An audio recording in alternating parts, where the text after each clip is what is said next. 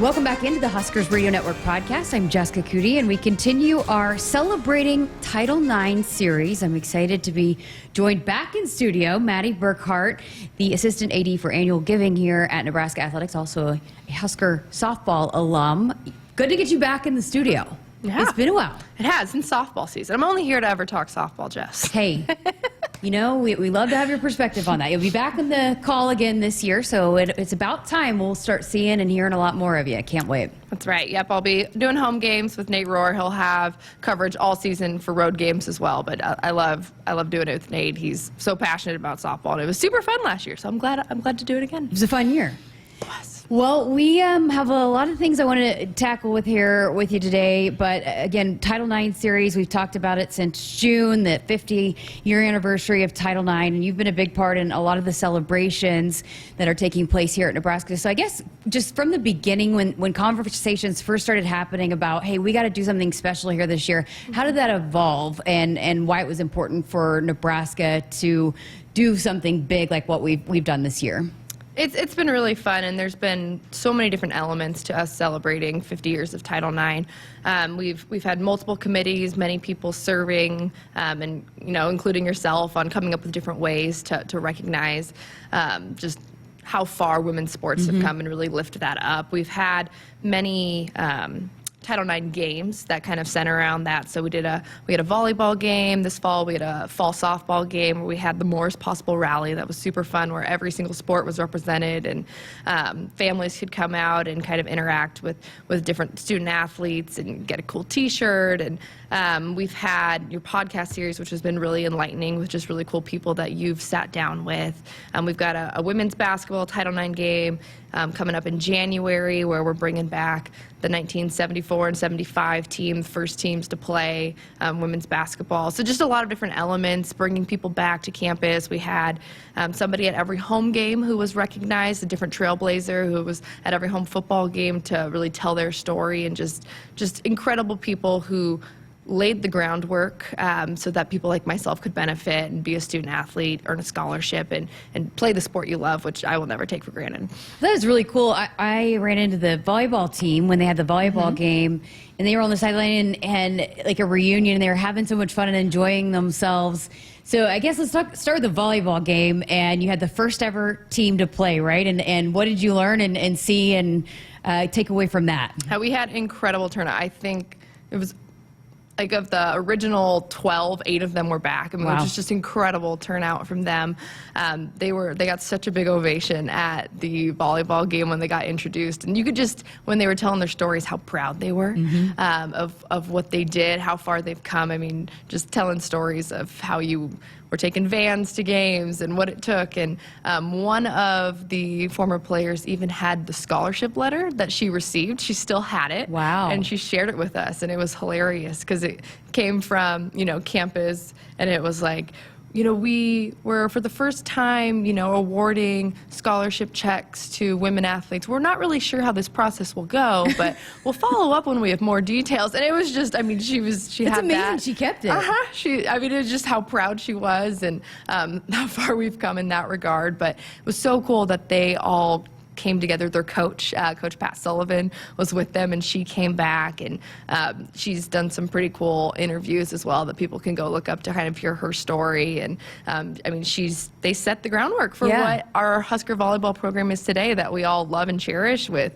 sellouts and their success and all their national championships. So it's just really cool to meet those people who did it first, before there were people in the stands. I wonder if they had any clue what they were starting, when they stepped out on the court. And I think a lot of women, too, in talking to your coaches, Rhonda and Coach Sipple, about, they didn't even know at the time that it was not right. It's just like they were just so happy to get to play at that time. But for that volleyball team in particular, to see where the trajectory was going to go, I wonder if they had any clue what they were starting. There's no way you can imagine the growth, that you'd have 8,000 people one day who are, and how many people we have on our wait list who are trying to get tickets, and just the ripple effect it's had in our state with not just Nebraska, and all of the colleges in Nebraska compete at such a high level in volleyball. It's by far, I think, the most played sport among female, youth athletes here, and it's just got to be so cool to look back and say, you know, that you were the first. I mean, what a feeling that must be, and how much pride that they must have. So back in the, I guess earlier in the fall, there was the softball banquet, and tell us about that and what you guys did for that. It was super fun. We do different reunions every 10 years for different teams that met certain milestones for their sport. So for softball, it's if you made a World Series. So we had the 1982 team back, and that was the first ever World Series. NCAA sanctioned World Series was in '82, and Nebraska, of course, was in the first, because we're always in the first, right? And that took place in Omaha. That World Series did before it moved over to Oklahoma City. But we had that team back, and we had the 2002 World Series team, which was a different era. And then we also invited the last year's Big Ten tournament championship team, and it was really special because a lot of stories were shared. And then at the end, Coach Revelle had a member of the 82 or 02 team present each girl of the 2022 team with their tournament championship ring.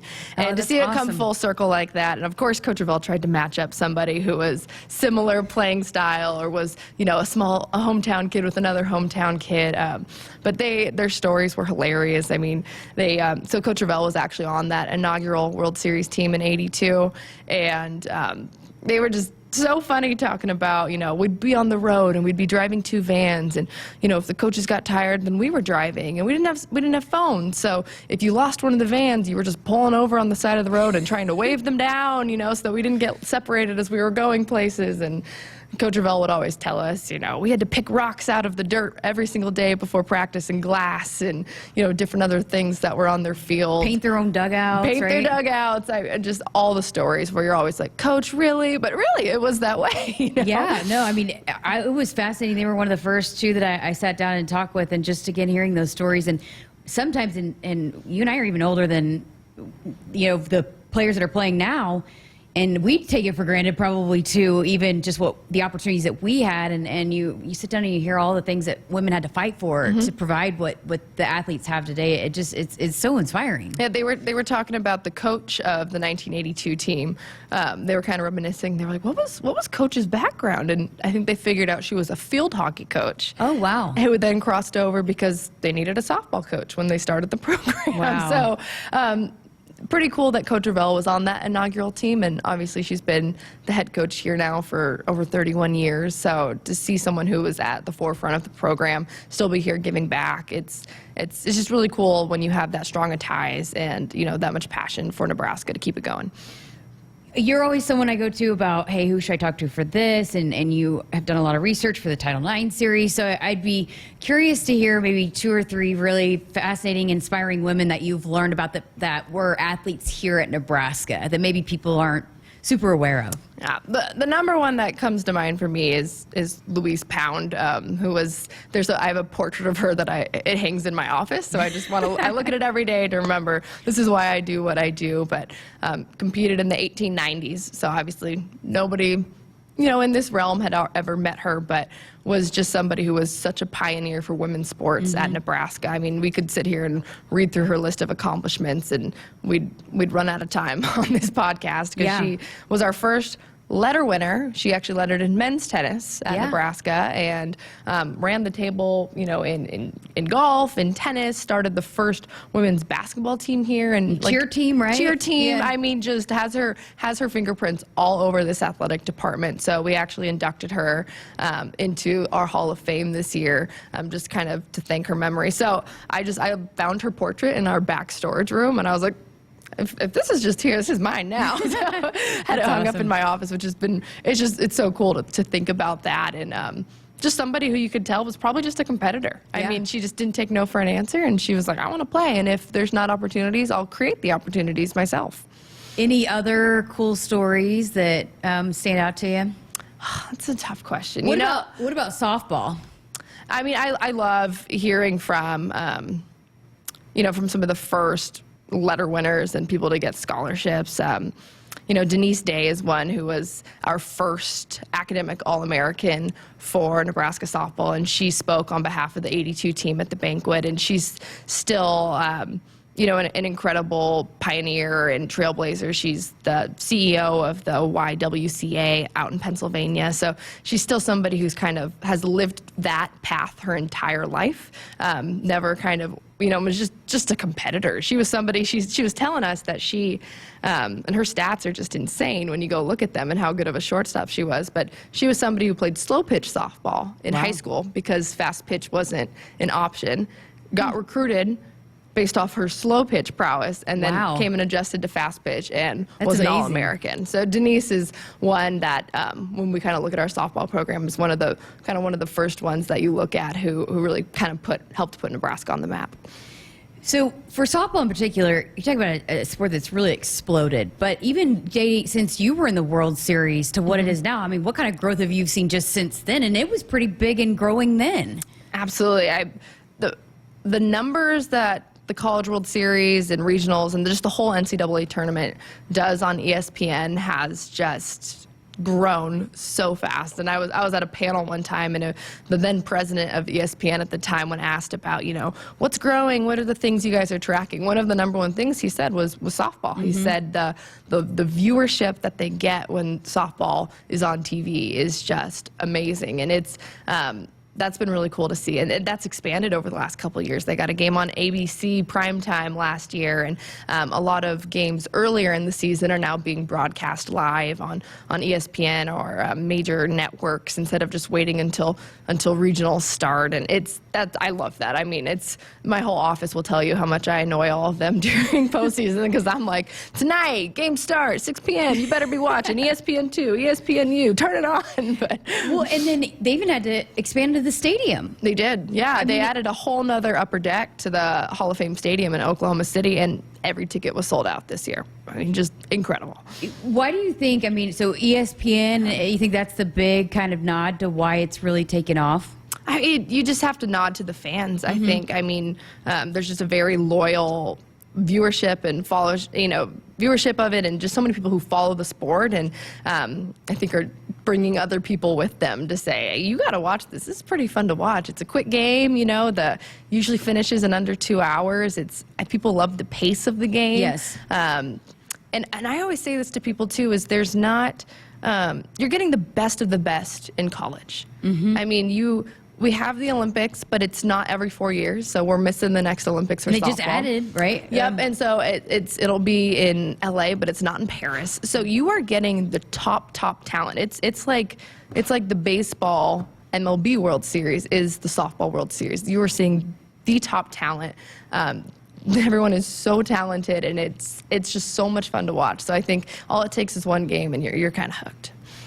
Coach Sibyl and Rhonda asked me, they turned the tables on me and asked me why I like softball. Because I played a little bit growing up, but why I enjoy it. And what I said is I like how, and it's not like this really in any sport, how much fun and enjoyment you can see on display. Like you don't always see that with sports. And so I think that's a cool part of softball too, is like, you see them in the dugout doing chants, and it's just like a joyful. There's a lot of joyful expressions that you see out of players that you don't get from other sports. Totally. We just need to let them celebrate at home on home runs again, because that was silly for a couple of years there. You couldn't celebrate at home.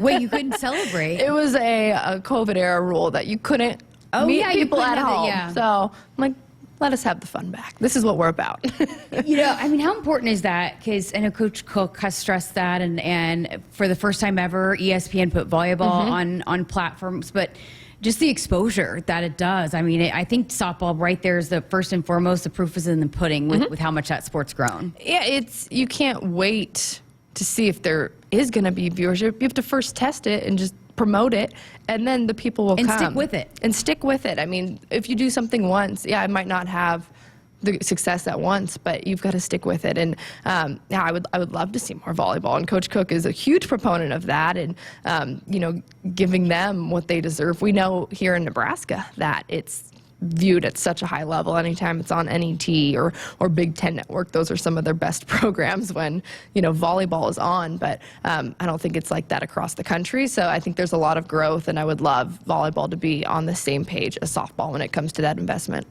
talked to Karina LeBlanc and, just several former Husker women student athletes that have seen the growth here. So I want to get your perspective on this too, because I came from Oklahoma and the fan support here for all women's sports, you don't find that everywhere. So what does that mean to you? You came from Arizona, that fans will show up to support softball, women's basketball, volleyball, soccer. Hibner was packed during the Big Ten tournament. What does that mean to you personally? I mean, that's why I came here. I mean, that was a big selling point for me. I grew up, in Arizona. It was Pac-10 country at the time, and that was all I knew, was kind of that landscape. And then was getting recruited by Nebraska, so I was like, I loved the coaches. That's what got me out here first. That's always your first impression. So they've really you got to connect with them to come on a visit. But once I came on a visit, and I went to a football game first, which blew my mind because I wasn't expecting that. But the one that really blew my mind was going to the Coliseum to a volleyball game, and we were in standing room only seats, like behind a pillar. I mean, it was like, this was the best we could get you guys on your recruiting visit, and you don't even care because you're looking around, and the whole Coliseum would vibrate because it was so loud in there, and I was like, what is this? But you felt that passion and that energy anywhere you got, and it's something. And Karina LeBlanc, you mentioned, who is a soccer player here and is now the GM of the Portland Thorns. I mean, she said this when she came and spoke to us on campus. She said, do you ever just walk in a place and you feel alive? And she said, that's what I felt when I was on my recruiting visit. And I can echo that entirely. You stepped in on campus, you stepped into this community, and you felt alive. And it's why I still work here, because I'm not ready to give that up. I mean, you just can't replace that energy anywhere else. Woman that or female athlete that inspired you when you were a young girl? It's kind of obvious, but it was Jenny Finch. So growing up in Tucson, she was, the player, the athlete. She was number 27. That was my number growing up. My whole life was number 27 because, I wanted to be Jenny Finch. But she, whenever you ask people today, like, name a softball player, she's probably still somebody that's always going to be one of the first names that pops in your head. I mean, she was one of the first people to get, some sponsorship deals after she was done playing in college, and she was Olympian for so many years and was a two-way player. She was a great hitter, and obviously an incredible pitcher. So Jenny was just, she was the LeBron of softball. And I went to all the Arizona softball camps growing up, and they did such a good job of always bringing the athletes out, and they would run the entire camp. We'd go to week-long camps. So, Jenny was the one who was always the role model growing up.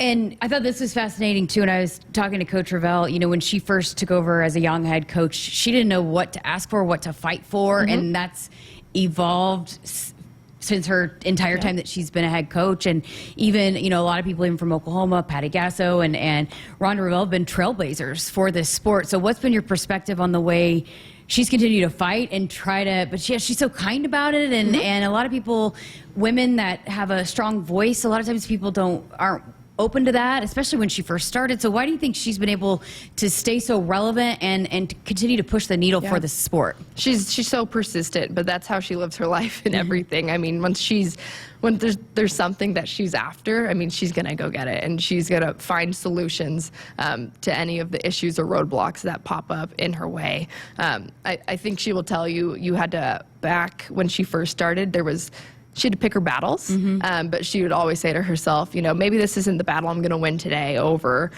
playing space. We wanted to use the indoor, and they got booted. I've heard this story, because a men's team was going to use and practice it, and that had, precedents use it, over them. But she'd always say, I'm going to win the war. So, it was always bigger picture. Where are we trying to get with our sport, with the investment? And Nebraska has been incredible in that regard of funding scholarships at such a high level for women's sports, investing in facilities, and really treating them equally, before even, I think, the law required you to do so.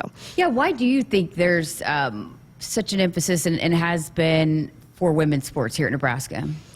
I don't know the answer to that. It always comes back to, it's going to start with leadership and them buying in. I think Bob Devaney, it probably started with him. Yeah. I've heard stories of Devaney was the one who let all student athletes eat in the training table and not just the football team.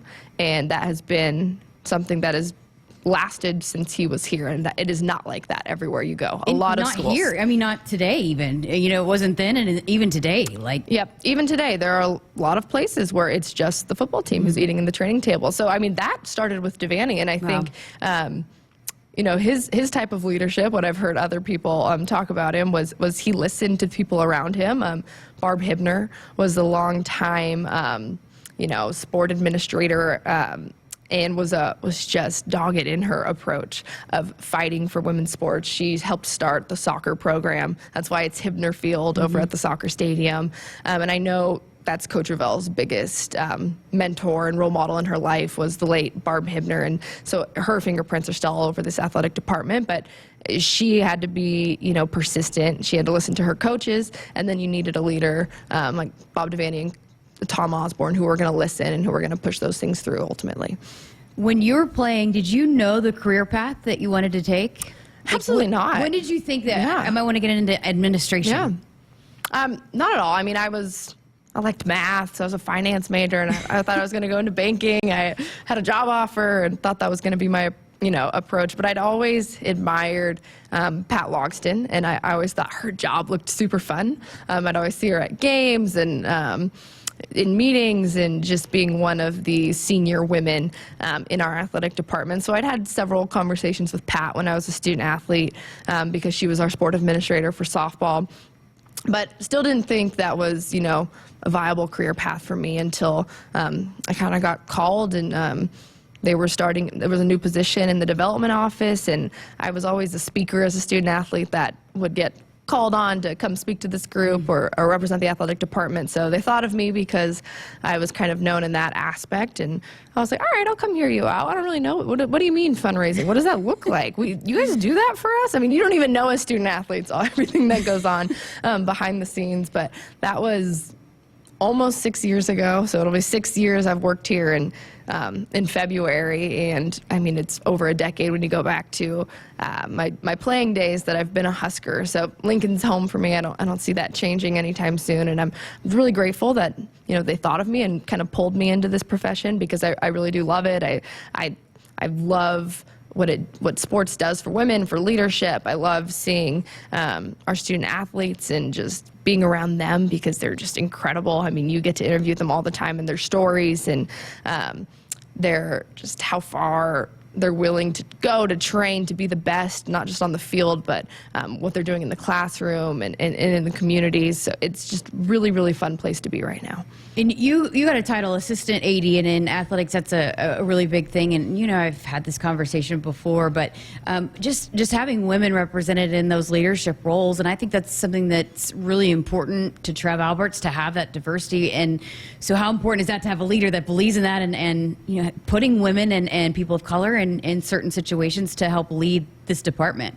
Absolutely. I mean, you always want your leadership to also represent your student athletes, and we have an incredibly diverse student athlete body, and you want different perspectives, different ideas, and but also the best people at the table, and that's what we have. Is we have both. We have the best people at the table, and we also have really, really strong women. And we have incredible people who have been here for a very long time, too. So I think there's a good balance in our athletic department of people who have been loyal to this university for a long time, and then also a lot of new talent who are bringing in new ideas as well.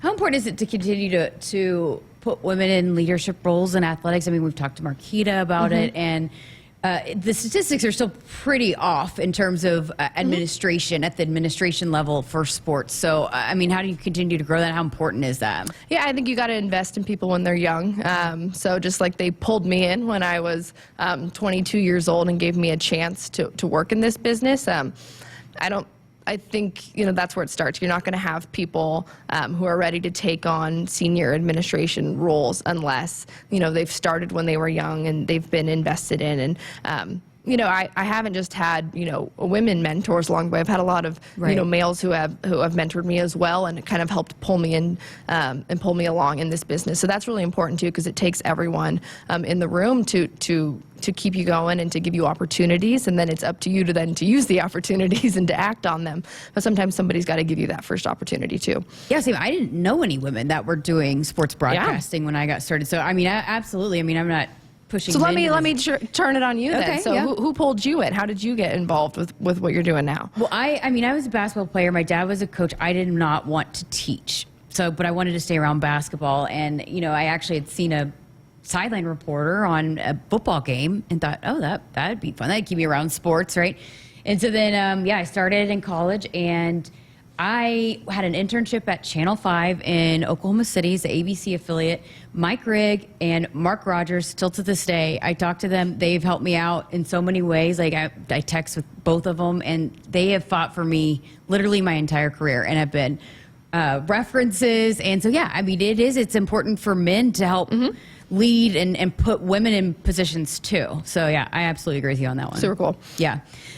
Okay, so what's upcoming? We had volleyball, we had softball, we've got women's basketball coming up. Women's basketball coming up in January. Like I said, we're bringing back all alumni. It's a big alumni event, but it's also then shining a light on that first team that played for women's basketball. So pretty cool that you've got for softball and for women's basketball former alumni who are your head coaches, which brings a whole new element to that. But we're really excited to welcome them back to campus. And then the biggest one, too, is we're having a big brunch on February 1st. So for all of our female student athletes and our female staffers, head coaches, and then some women in the community that we've invited as well to really just celebrate, be kind of the culmination of our 50 years of Title IX celebrations, and kind of help wrap that up this spring. Well, our listeners would be mad at me if I didn't ask you.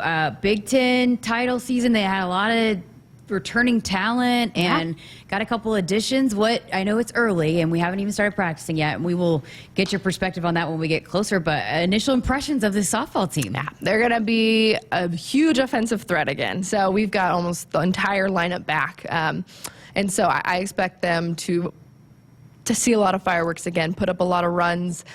They broke the single season home run record, so I wouldn't be surprised if they were challenging that record again this year.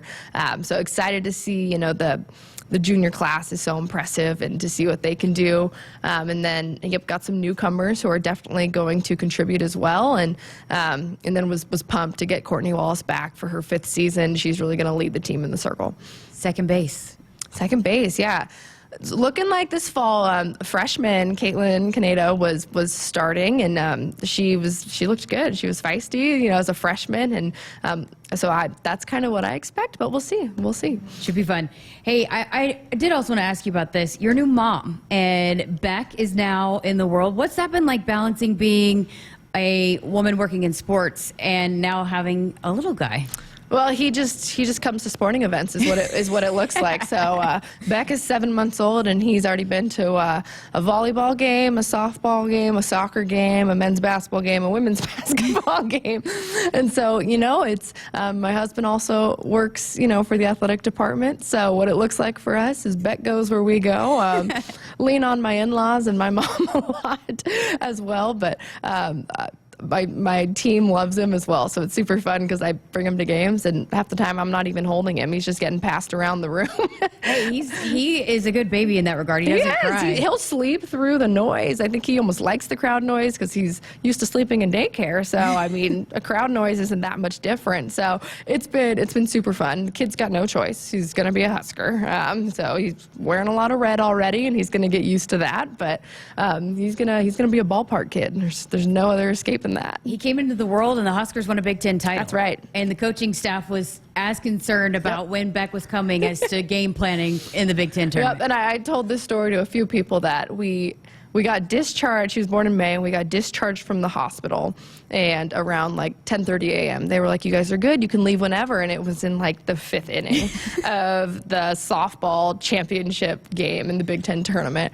And I'm like, "Well, we've got to stall. Like, we're not going to miss this. There's 2 innings left." So I'm like, I'm actually feeling a little faint. I need to, I think, sit here a little while. I mean, we're like trying to come up with reasons to stay in our hospital room so we could finish watching the team play. But we had every nurse, every doctor on that floor invested in the softball tournament because our TV didn't turn off for 5 straight days that we were there. We had every game going. It kept me sane because I was literally watching every game when you're trying to keep your mind on anything else but labor. So it was the perfect timing. So he came in the world as a softball baby, and like I said, he's going to be a ballpark kid. And a Big Ten champ, right? That's right. How excited are you for his first Christmas? Really excited. I think my family's even more excited for me. So headed back to Arizona for Christmas, and so it'll be warm. So I think he'll be excited about that too. But grateful to spend time with family, and having a little one brings a little more excitement to it too. Well, I think we covered it all. Did we miss anything? I don't think so. Appreciate your time. Always love chatting with you, and we'll be hearing much more of you coming up really soon. Awesome. Thanks, Jess. Mattie Burkhardt, I'm Jessica Coody. Make sure you subscribe and like wherever you listen right here on the Huskers Radio Network podcast.